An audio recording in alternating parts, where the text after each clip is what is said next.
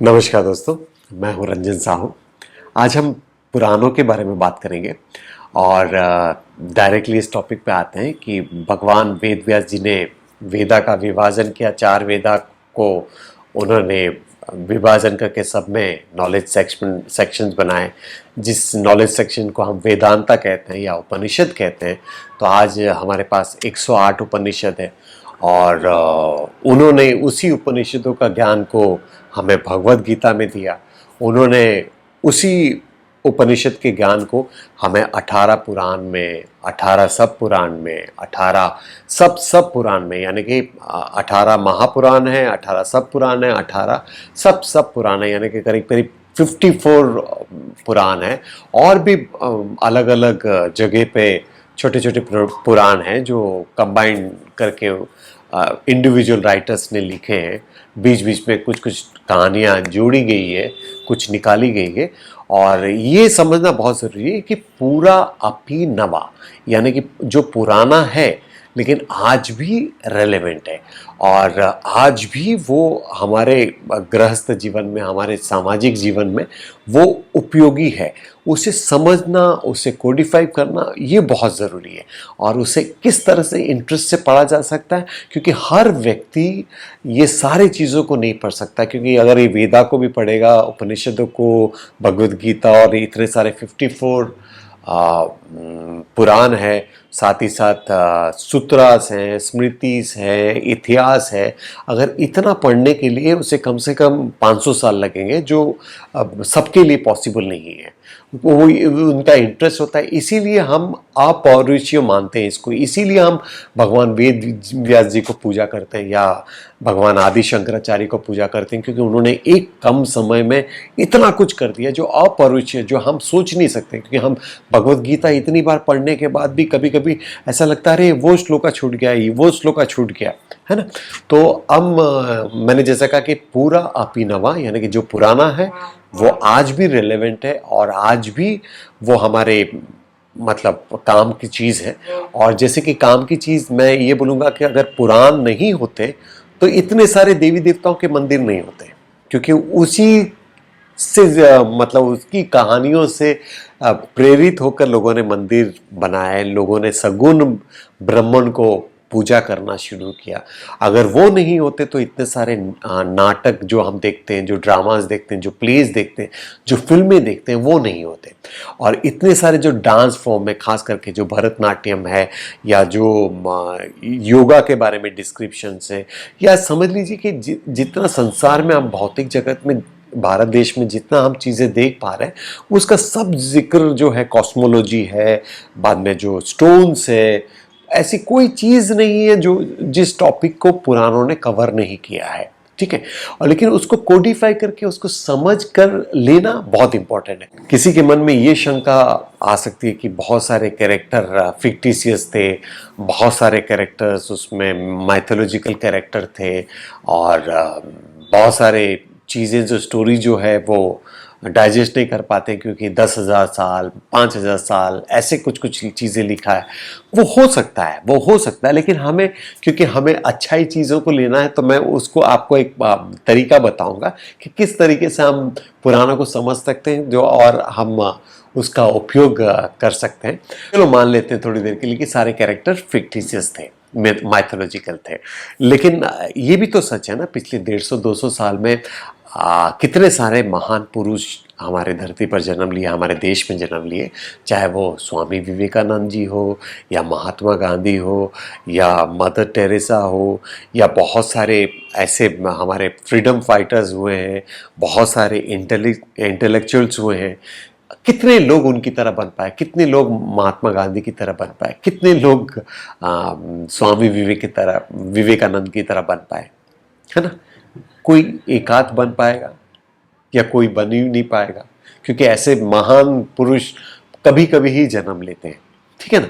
तो ये समझना जरूरी है कि ये नहीं बोल सकते कि क्योंकि वो फिक्टिशियस कैरेक्टर है तो मैं उनको फॉलो नहीं करूंगा, क्योंकि आज जो हमारे समाज में जो लोग हुए हैं हम उनको भी तो फॉलो नहीं कर रहे हैं। तो ये कह के उसको निग्लेक्ट करना, ये रिजेक्ट करना, ये सही तरह नहीं होगा। हम क्या कर सकते हैं कि उसमें से हमारा अनुभव, हमारा स्टोरीज, हमारे काम का जो चीज़ है उसे हम ग्रहण कर सकते हैं, उसे हम उपयोग कर सकते हैं हमारे जीवन को सरलता से जीने के लिए, सिंपल तरीके से जीने के लिए हम उसका प्रयोग कर सकते हैं। और क्योंकि ऐसे बहुत सारे नाम हैं पुरानों के कैरेक्टर्स के, ऐसे नाम हैं, आप क्या कर सकते हो कि एक स्टोरीज को ही 2 बार पढ़ो या 3 बार पढ़ो, या उस नाम को तोड़ के मरोड़ के थोड़ा सा पढ़ो, तो आपको उसके अंदर ही डिटेल मिल जाएगा। समझ लो जो कि आपने एक सूत्रा है उसको तोड़ा या एक कैप्सूल है तोड़ा, तो सारी दवाइयों का फॉर्मूला आपको मिल जाएगा। वो इतना इंटरेस्टिंगली बन जाएगा आपके लिए और आप उसका प्रयोग कर सकते हैं अपने जीवन में। अगर मैं अभी आपको पूछूं कि आपने ये फिल्म तो देखी है, लेकिन तुरंत अगर आप उसका जवाब दें तो आप शायद नहीं दे पाएंगे कि कटप्पा ने बाहुबली को क्यों मारा, है ना।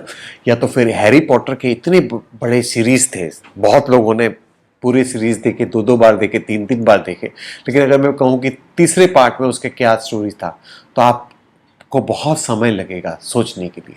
लेकिन पुरानों की स्टोरी, क्योंकि हम पिछले जन्म में भी शायद सुने होंगे, इस जन्म में बचपन से हमें इतनी फीडिंग की गई है वो स्टोरीज के बारे में, या हम अगर खरगोश और कछुए की स्टोरी के बारे में सुनते हैं या बंदर और बिल्ली की स्टोरीज के बारे में सुनते हैं, तो तुरंत हमें याद आ जाता है कि उसका जो टेक अवे पार्ट है वो क्या है, कि ये किस तरह से हमें उसका नॉलेज मिलता है ना।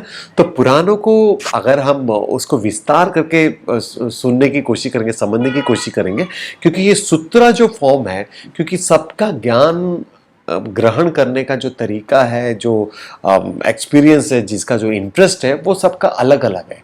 अभी कोई ब्रह्म सूत्र जो हाईएस्ट स्पिरिचुअल बुक बोला जाता है, वो 4 सूत्र में समझ जाते हैं, चतुर्सूत्री ब्रह्म सूत्र बोलते हैं, या भगवत गीता के 700 श्लोकों को चतुर्श्लोकी भगवत गीता में लोग समझ जाते हैं। और जो महापुराण है, भागवत महापुराण, उसके चतुर्श्लोकी भगवत महापुराण में लोग पूरा भागवतम को समझ लेते हैं।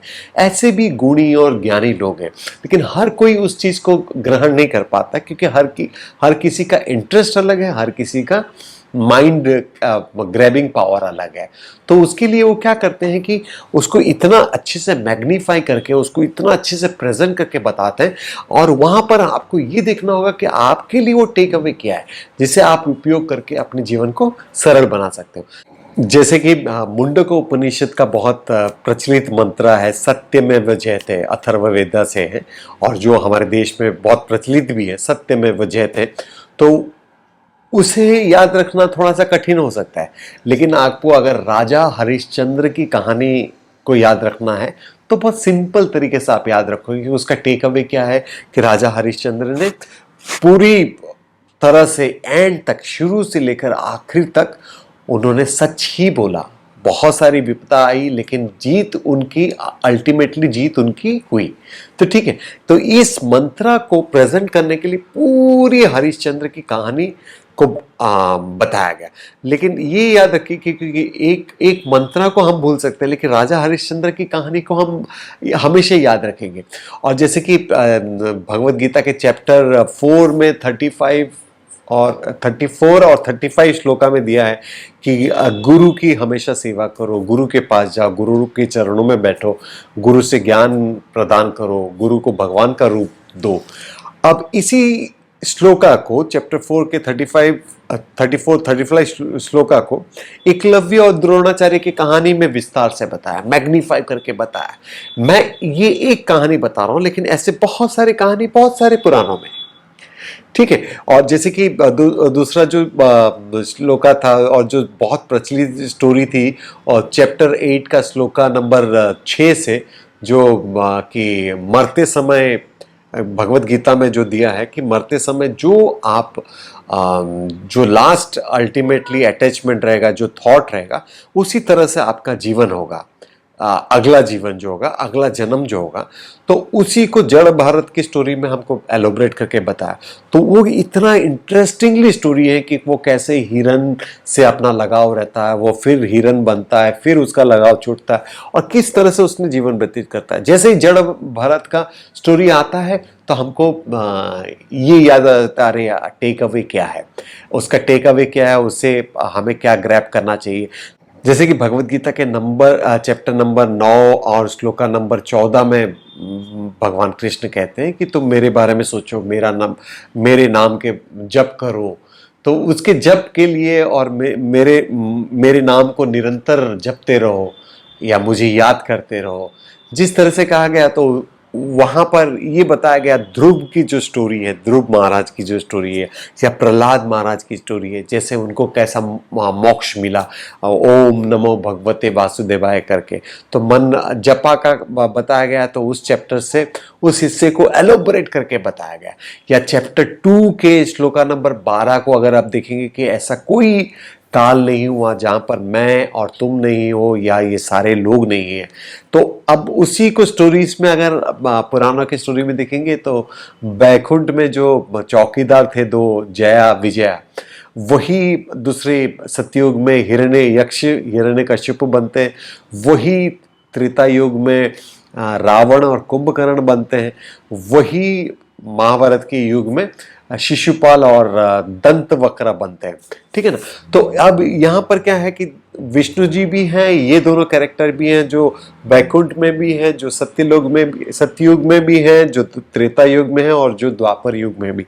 तो वहां से ये क्या क्लियर होता है कि ऐसा कोई परिस्थिति नहीं है, ऐसा कोई समय नहीं है जब तुम नहीं थे, मैं नहीं थे, या ये सारे लोग नहीं थे।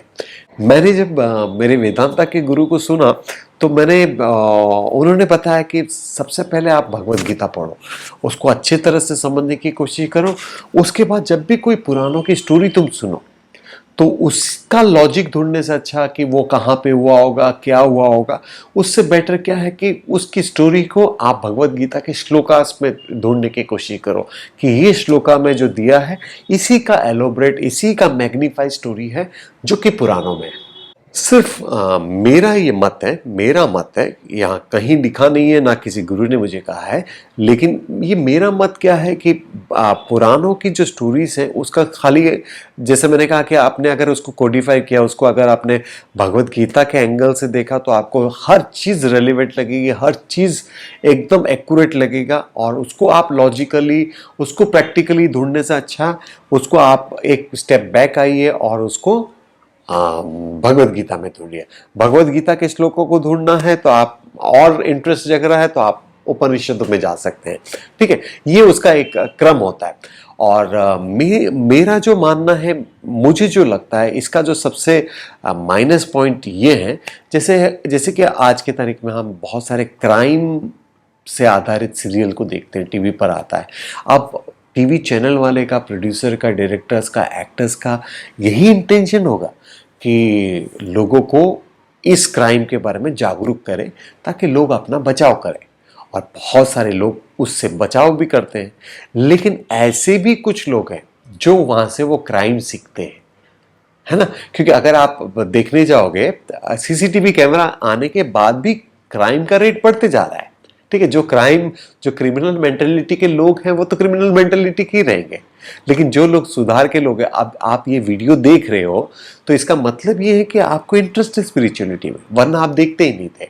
ठीक है, तो आप सौभाग्य मानो अपने आप को, आप सौभाग्यशाली मानो कि आप अच्छे कर्मों में जा रहे हो, क्योंकि आपका इंटरेस्ट इस टॉपिक पे जुड़ रहा है। तो मेरा जिस तरह से मैंने कहा कि क्राइम पेट्रोल के सीरियल से लोग ऐसे भी हैं जो थोड़े से परसेंटेज में हैं जो क्राइम को करने की कोशिश करते हैं, उसी तरह से ये पुराणों में जो है कि जैसे कोई पास्ट लाइफ रिग्रेशन के बारे में जो कि गीता में मना किया है, जो कोई न्यूमरोलॉजी, एस्ट्रोलॉजी, अब वो लोग हैं जो लोगों को ठग देते हैं और उसका जिक्र करते हैं कि नहीं वो पुराणों में दिया है, वो भूत प्रेत की कहानियां और जादू टोना टोटका, उन्होंने क्या करके किस तरह से स्टोरी दिया है, किस तरह से एलोबरेट किया है, और उसे उसे इन लोग कैसे प्रेजेंट करेंगे कि ये वैदिक नॉलेज है, ये वैदिक ज्ञान है, इसे ऐसा होता है, वैसा होता है, जो बाकी चीज़ पॉसिबल नहीं होगा बोलेंगे, लेकिन ये क्योंकि वो चीज़ को करना चाहते हैं, वहाँ से इजी मनी ग्रैब करना चाहते हैं,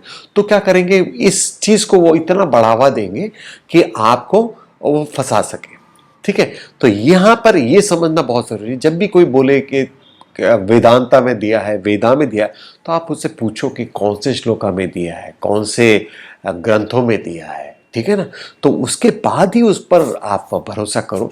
ऐसा नहीं है कि हर चीज़ जो पुराण में दिया है, जो गीता में दिया है, मैं बोल दूं और आप मान लो। जिस तरह से मैंने अभी श्लोका के नाम दिए, नंबर दिए, तो आपको, आपका काम ये है कि उस श्लोका को जाकर देखो, उस चैप्टर को जाकर देखो, कहीं मैं झूठ तो नहीं बोल रहा हूँ, कहीं मैं जो बता रहा हूँ कहानियाँ इससे जुड़ी हुई, क्या ये सच है, उसे समझने की जब करोगे, उसे जब एनालाइज करोगे, तब आप स्पिरिचुअली में आपका इंटरेस्ट आएगा। नहीं तो बोलते हैं ना कि मतलब पहले ही मन खट्टा हो गया कि बाद में इंटरेस्ट जगा ही नहीं, क्योंकि पहले ही हमें ऐसे कैरेक्टर्स लोग मिल गए जो हमें ठग दिए, जो हमें बना दिए, हमें सही मार्ग नहीं दिखाया। तो यहाँ पर ये समझना बहुत ज़रूरी है। जब भी कोई बोले कि पुराणों में स्टोरी है, ये भगवत गीता में है, तो उसे आप पूछना कि कौन से चैप्टर में हो, चैप्टर में दिया है, कौन से श्लोका में दिया है इसके बारे में, फिर उसका थोड़ा सा एनालाइज करके फिर उस पर ट्रस्ट करना। तब आप हमेशा सुखमय जीवन बिताओगे और वेदा का आप सही उपयोग, सही नॉलेज आप ले पाओगे। ठीक है, उम्मीद है आप इस चीज़ को समझ पाए होंगे, और इसी के साथ आज का ये वीडियो समाप्त करता हूँ। नमस्कार।